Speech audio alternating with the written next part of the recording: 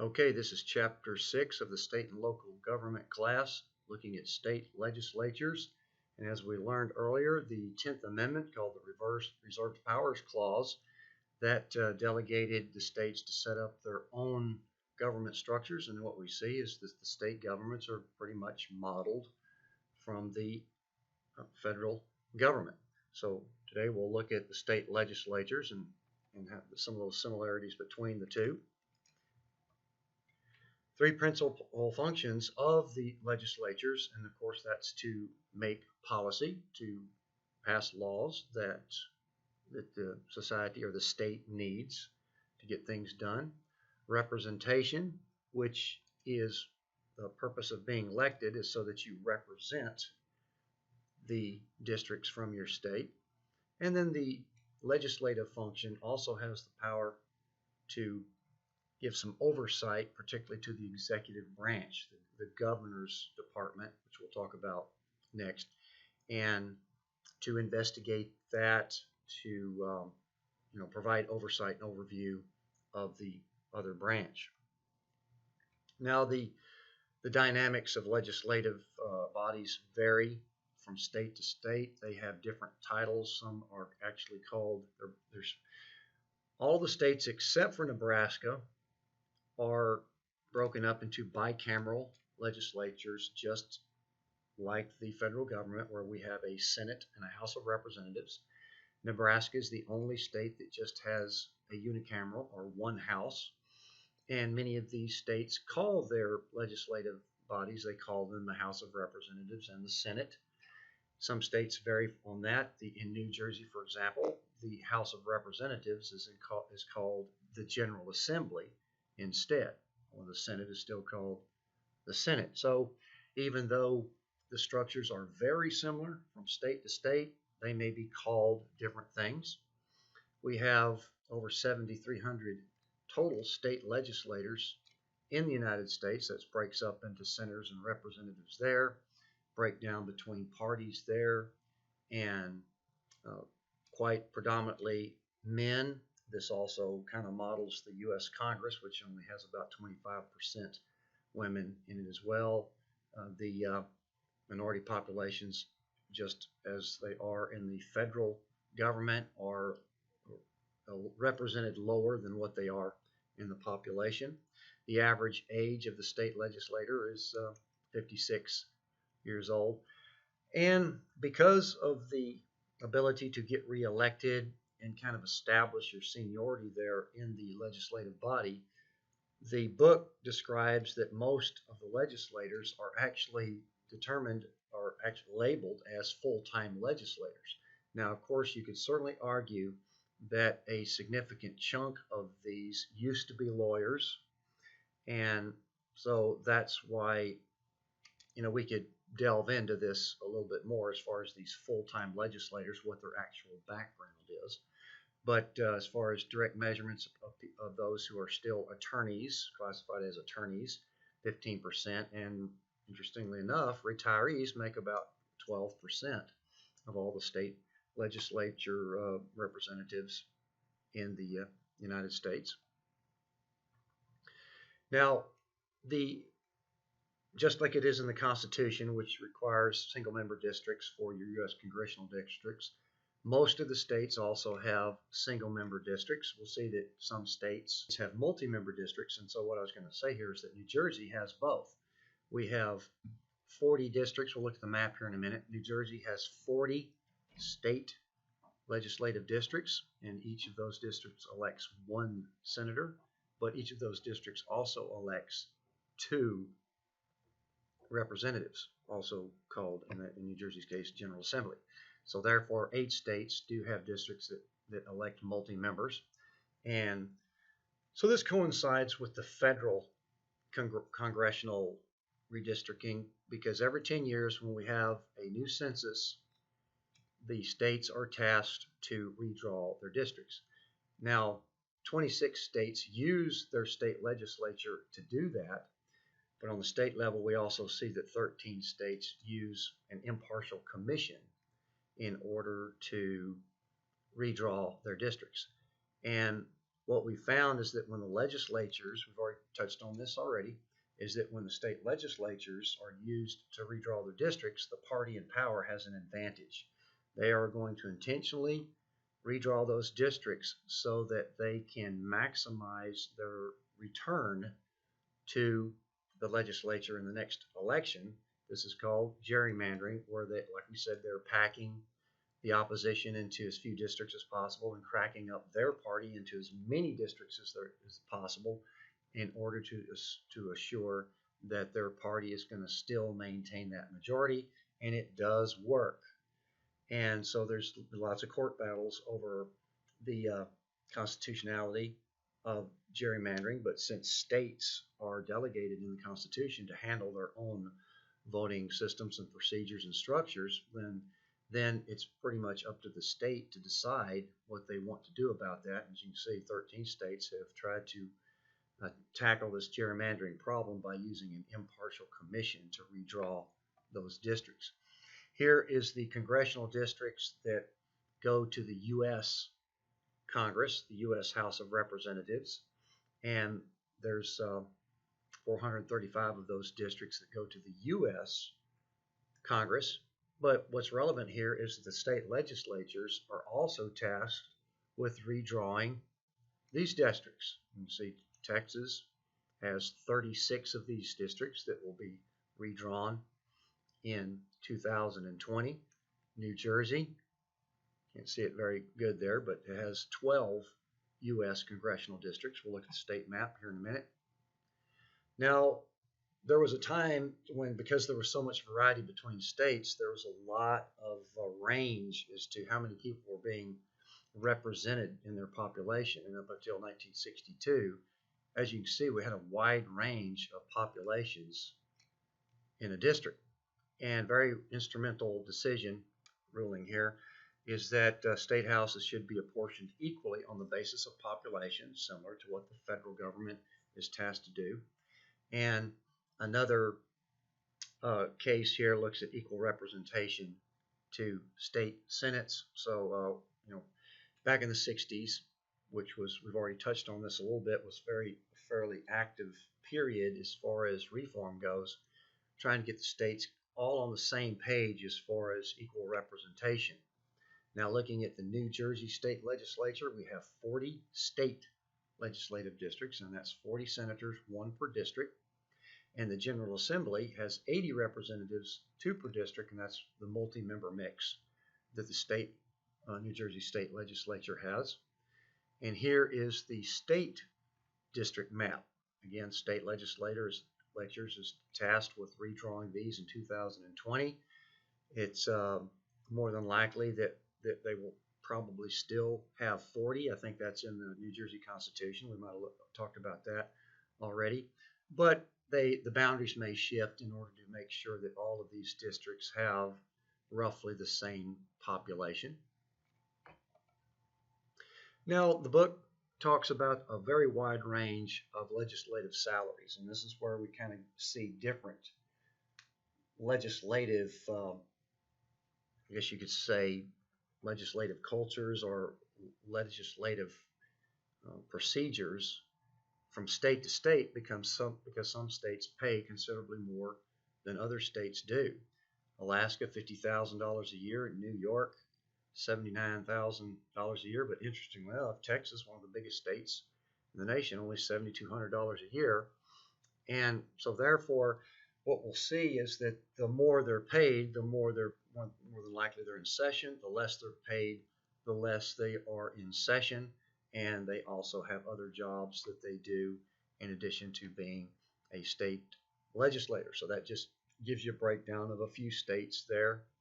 You can probably find several websites that give you the actual numbers for all 50 states.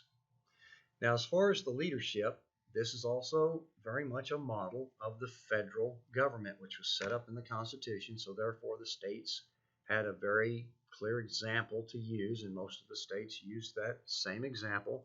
The head of the General Assembly or the House is typically the Speaker of the House as well. In most states, well, about a little over half of them, the Lieutenant Governor provides over the Senate. But both of these houses have majority and minority leaders that are looking at setting schedules and that sort of thing. And just as it is in the federal government, it's all about the party. Whichever party has the majority of that particular legislative body is going to have the advantage to get more of its policy passed that it prefers. The ideology that it wants, its view of the world, is going to dominate, and that's why when we have very conservative leaning legislators, we see conservative policies coming out of there, liberal vice versa, and this is where we're starting to see the red state versus blue state divide that we've already touched on a little bit there. And then we've got the committees that are also patterned after the federal government, where a lot of work is done, the fine-tuning, the details done in these committees, and the chairman of each committee is a member of the majority party. So that's another very powerful reason why parties want to get that majority and keep that majority, because then they have what they call is the gatekeeping power over each one of these committees. It's not going to get out of that committee unless the chairman, it lets it go out, and he is going to be a member of the majority party. So again, very much patterned after the federal government. The committees are the workhorses of the system. This is where the bills get crafted, and a lot of the wheeling dealing is done behind closed doors, not in the public view in many cases. And once that original draft is ironed out, then it's recommended to the full chamber, and we'll go through that process of how it becomes a law. But we've got several types of committees. The standing committees are the ones that are permanent. The joint committees are the ones that are put together between houses. The conference committee is the one that determines the final version of a bill that's got two different versions coming from each house. And interim just simply means temporary committees that are put together for a particular issue, and then they disband when that one's over. Here is the standing committees. Most states have these as your standing committees there that, again, very much patterned after the federal government and their committee systems. Agricultural, health, rules committee that sets the agenda and the time limits, transportation committee, energy committee, education committee, so you can see. And then also as far as financial allocation type committees, you've got your appropriations committee, ways and means, finance and taxation committees there. So every state has a version of these committees for the most part. Very consistent as far as that go. They may call them different things. They may have a certain committee that another state doesn't have, but still a lot of consistency as far as this committee system. Now, the rules of the legislator and the legislative process are built on, of course, rules of order that are established, but also a lot of very important norms. Seniority matters a lot. The longer you've been there, the more prestige and respect you have, as well as the more appointments you're going to get as far as being selected to certain committees that you want to be on that have some pretty big influence on the state, as well as being the chairman of that committee. And compromise, as I've perhaps joked before, is becoming a dirty word, but compromise is the order of the day with politics, as we've got to figure out how to get along and get something out the door that satisfies the greatest number of people. At least that was the original intent. Sanctions are just another word for punishments against people in your party that are not following along, because not just getting that majority is important. Once you get the majority, then you've got to have that solidarity and that loyalty to that party. Because even if you have the majority of that house, if all of your members are not on board to what your party wants, then you're still not going to pass legislation. So that's why this party loyalty, this solidarity of the party membership is extremely important, and members can get sanctioned if they're not following along. Log rolling simply means that party members might be willing to make deals in order to get something that they want in the bill that really might be specific to their constituency, in order to get their vote for the final bill. Now, with any legislative body, there's two different types of roles that legislators take. One of them is the delegate role, where the public has been is delegated you to do what they want, and so therefore you are, the pure representative there. You are actually doing what it is your constituents want. And the trustee role is where they are electing you because they trust your judgment, and so they want you to use your own judgment to figure out what is best for not just our district but for our state. And you could probably argue that the delegate role is less than what it used to be, because once legislators get into office, they're pretty much following the party line, regardless of what their constituents want, or at least they're certainly going to comply with what their party wants. In many cases, that party may also represent the majority of that district. So again, it's shifted over time into more of a partisan two-party divide, as opposed to, we want you to do what our entire district wants. Well, that's very difficult to even define when you have people so divided over party lines. So how a bill becomes a law is a very long, deliberative process where, as I've said before, a lot of bargaining goes on and compromising goes on.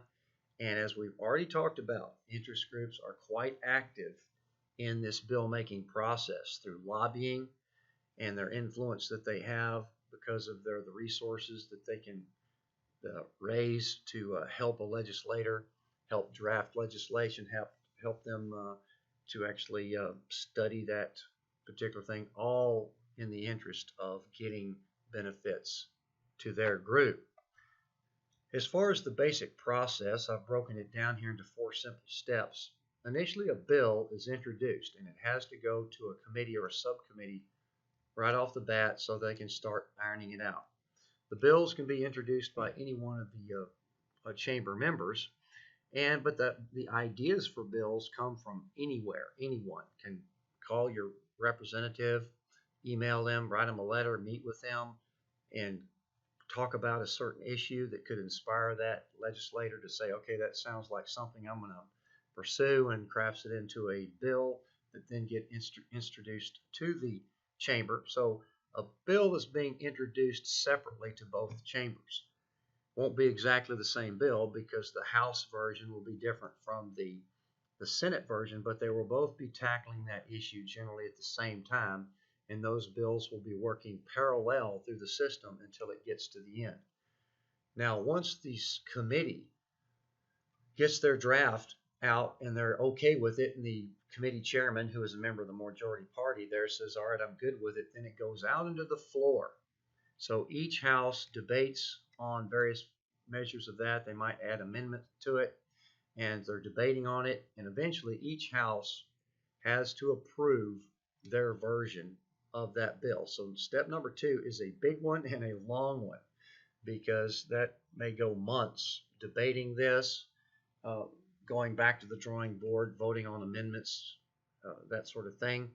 But then once each house approves their version of the bill, then it goes to a conference committee, which is a hybrid committee of both parties in both houses, and they have to reconcile that bill into one version. So this is part of this checks and balances thing that we came up with, so that the lawmaking branch, which is very important, has got 2 houses that has to agree on that final bill. So that gives a little bit more safeguards against laws getting rammed through that aren't thought out. And so both houses have to agree on that reconciled bill. So literally it goes back, once the conference committee shapes it, puts them all together, it may cut a few things, whatever, but it melds them together, and then that one version then gets approved by both houses, and therefore it's now ready to go to the governor, and the governor signs it into law, and he could veto it by refusing to sign it, or just let it lie. And states have various rules about what they call bill becoming a law automatically or pocket veto, things like that. It varies from state to state, but the bottom line is the governor can either sign it or not sign it, which means he doesn't agree with it and vetoes it. So that's again part of the separation of powers, the checks and balances between branches. Usually there's a lot of signaling going on between the governor's office and the legislature so that they don't waste their time sending a bill to the governor that's just going to, you knock it down. So they want to kind of make sure that the governor's on board with what they're doing so that their effort's going to pay off with the signing. I mean, obviously, if the governor is of the same party as the majority party, that probability is certainly going to be higher. Now, this is a chart right out of the book that's more detailed, but what you're looking at is just two parallel paths, one going through the House, one going through the Senate. Here's where some things could actually stop it. But what we're seeing here and with this section right here is that once it gets to the approval of both houses, then it goes to the conference committee, and then that one version goes back out to the houses, and they both vote approval on the same version, then going to the governor to sign. So this is the same thing that I just showed you in 4 steps. Now there's more demands on the legislator as that has been evolving over the years. Getting reelected is very important to a legislator because you have to build tenure, you have to build what they call seniority, you have to build experience and respect and prestige, and so therefore the longer you're there, the more you're reelected, the more perception that you're doing a good job, or at least your constituents like you. So that is very important. A lot of effort is spent to get reelected. And doing constituent service, you particularly at the state and local level, things actually have to get done quickly without raising a deficit. So therefore, there are more demands that a legislator would have to be more responsive to get things done at his local level, or at least have influence on getting things done. He also has to respond to the interest groups that are constantly pressuring them for benefits. We also have 2 different types of legislators: the careerist ones who are probably making more money and more incentive to get reelected and build that prestige and make a career out of it, what we talked about. And then the citizen legislator is the one who may be the lower paid and also works part-time at his other job and becomes more of a citizen slash legislator. And I've alluded to this many times already. All these state legislators are becoming somewhat like a miniature Congress. They're starting to become more professionalism, more polarization because of the 2-party divide, the red state versus blue state divide, the staffs that required, the salaries and the resources that are required for them to make their decisions. The influence of lobbying and interest groups it's building, much like it is on the federal level. And so there's attempts to limit legislatures as far as how many times they can be reelected, and that's hard to do because the legislators would have to either initiate that and approve it, and not many people are willing to approve themselves out of a job, so to speak. So that's why they're fairly difficult to accomplish. But we've also, now here's a map that looks at the states that are most professionalized, and that you could argue those are ones that are probably along the high end of salaries, the most citizen legislature. We got more rural states here that are, and of course, New Hampshire, fairly unique up there in the New England area, may have a tradition of having a more connected citizen slash legislature with not as high a pay, that sort of thing. There's probably some correlations there that you could look at, but this is how this particular source here is ranking those states as far as their professionalization. Now, speaking of term limits, there's obviously some attraction to limiting the number of terms that a legislator can have, and it varies from state to state. But it's not a majority of states that do this, and we have some of the same problems here as we may have talked about before with initiatives, for example. But now, clearly, the positives of term limits is it avoids that entrenchment factor to where a legislator is just kind of nesting there and creating a cozy career for himself with all this people that are trying to give him money legally, of course, through campaign contributions and spending through lobbying. Now, this would also increase first termers, which would mix things up. There's also the idea that you would get more women and minorities if you limited terms. And there's a fairly popular perception that term limits, why don't we pursue those? However, they're not really pursued very much, haven't been pursued much in the last couple of decades or more. Because if you have a legislator you like, then it's kind of unfair to that legislator that he has to go. We also see that inexperience is more of a constant. And so that slows things down. If you have consistent inexperience, there may be less deliberation because there's less expertise on the deliberation process. And it also, this inexperience could shift more power over to the government, or excuse me, over to the governor, because he's tasked with implementing these laws, and he may just, like we see on the federal level, the governor may just be just taking charge and handling stuff, perhaps due to the unproductive activity or the inexperience of the legislator. Lobbyists, of course, would have considerably, potentially, more influence because if your legislators are constantly inexperienced, well, you've got a lobbyist right there that's been doing this for years that could theoretically guide them along. But of course, the lobbyist is going to be guiding them in their preference so that they would get benefits from that legislator. And we also see that because of the fact that they've only going to be there 1 or 2 terms, legislators, actually studies show that they're less beholden to their constituents because, well, I don't have to worry about trying to get reelected.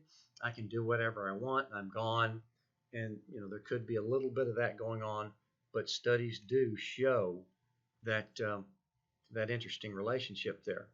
And we also see that it has been losing popularity because the states that have actually enacted term limits have not seen these results that we were talking about that they were hoping to see. And there have been a few cases to where they've been repealed. So term limits has not seemed to catch on. As you can see, these are the states that do have term limits, and there's considerably less than half that even have term limits, and they were all adopted in the 90s. So that's typical to our wave behavior there, where one state does it, so another state says, oh, I want to do it too, so let's do that too. So that's kind of interesting observation right there, is how they were all enacted pretty much in the same period of the early 90s. Here's the method that's used for that was to do those term limits and when it took effect, that sort of thing. And but interestingly enough, what we also see is that there's also 6 states that have repealed them since that time. So this one was adopted, and then it wasn't very much longer that they were repealed, either by the legislative body itself or by the state Supreme Court. So term limits do not seem to be getting to any root cause of any problems. And so what we might have to do is focus on electing legislators that we trust and we hold them accountable to do what we need them to do. Now, this is not a serious map here. This is one that's been floating on the internet for quite a while that shows the highest paid public employees from state to state. And you could research this if you want, but what little I've done, yes, this is for the most part true because universities are also state supported. So that technically makes them public employees. So as you can see, there's lots of football coaches that are quite by far the highest paid people in that state as far as any type of public employee, even though clearly a football program does pull in a lot of revenue from outside in addition to the state support. So again, that's perhaps not even really a fair comparison, but interesting that they are public employees, and those are the ones that are the most highest paid. Now, the red state versus blue state divide is one of the things that we're seeing increasingly in America, where red states are pursuing very conservative policies, blue states pursuing liberal policies, and at some point the federal government may actually have to come in and decide some national policy. But if you're just divided within your government, you're going to have more potential for veto, and depending on how big that majority is, you could potentially override that veto, which then means the governor's opposition would be really, it wouldn't matter that much if you've got such a majority of that party in that chamber that you can override that. And the the divided government is going to, if you've got a governor that's a different party of the majority in the legislator, well, then there's going to be potentially more adversarial oversight there and even more review of administrative rules if that party is not on the same page as that governor's executive branch agenda, responsible for the bureaucracy and the administrative rulemaking process. So you could have a little bit more conflict there. Now, it did show a dip between 2006 and 2008, but it has, we can find some other graphs that would also update this that were not in the current version of the book. But the main thing here is that you can see a general trend that, yes, divided government has been increasing over time. And that has potentially even increased the polarization between parties and actually increased some of the non-productivity that we're seeing in governments, or perhaps even just the ideologically loaded policy because the party that's in power is just ramming things through without any deliberation with the minority party. So those are some things that we're seeing because of this increasing potential for divided government. And so part of the oversight process is where evaluations are done, audits are done, and measurements are done of what the bureaucracy has done as far as achieving the goal of what that bill wanted them to do. Again, there's lots of review from the legislative branch. They have that gatekeeping authority. They have the ability to try to correct abuses through their oversight. They can subpoena witnesses, and they can put enough pressure on administrators to where they get fired or they resign. Sunset provisions set expiration dates so that they can kind of push that down the road a little bit and say, let's incrementally get rid of this particular program in the bureaucracy. And so we set a expiration date out in the future. So, and also the legislative bodies typically have the power of the purse where they actually approve the budgets. The governor typically submits the budget because it's his people that are going to be needing to spend it. But the same people that spend the budget cannot be tasked with approving it. That's why we have separation of powers here. So the governor submits the budget to the legislative body, and they have the power to approve it, and they can make changes to it as well. So that's why that is also a potentially long, drawn-out adversarial process to approve the budgets, particularly if there's a divided government. So similar to what we might be seeing on the federal level, there's increasing marginalization of the legislators because we've already talked about the initiative processes, which actually is bypassing the legislators in some respect. Term limits, even though that has not really caught on and maybe turning around, yes, that is also putting more restrictions on legislators. And there's also an increasing push for the more people to get involved in this, which is a very healthy democratic thing. And we also see that looking at the quality of laws is what the legislators are tasked to do rather than just ramming through stuff because their party can do it.